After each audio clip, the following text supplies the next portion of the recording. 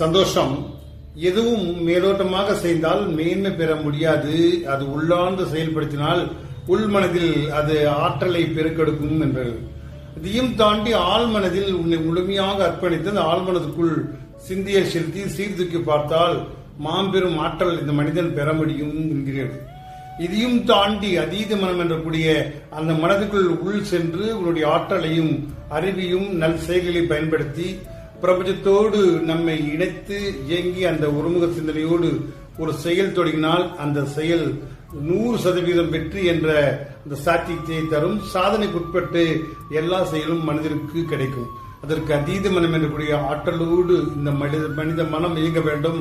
பிரபஞ்சத்தோடு இயன்று நமக்கு கொடுக்கக்கூடிய இந்த ஆற்றலையும் அதீத சக்தியும் இல்லாமல் மேல் மனம் இல்லாமல் உள்மனதோடு ஏற்று ஆழ்மனதில் முழுமகை சிந்தித்து அதீத மனத்தோடு நம்முடைய இந்த பயணத்தை தொடங்கினால் இந்த வாழ்க்கை இனிதாக அமையும், மேலும் சிறப்பு பெற முடியும் என்கிறார்கள்.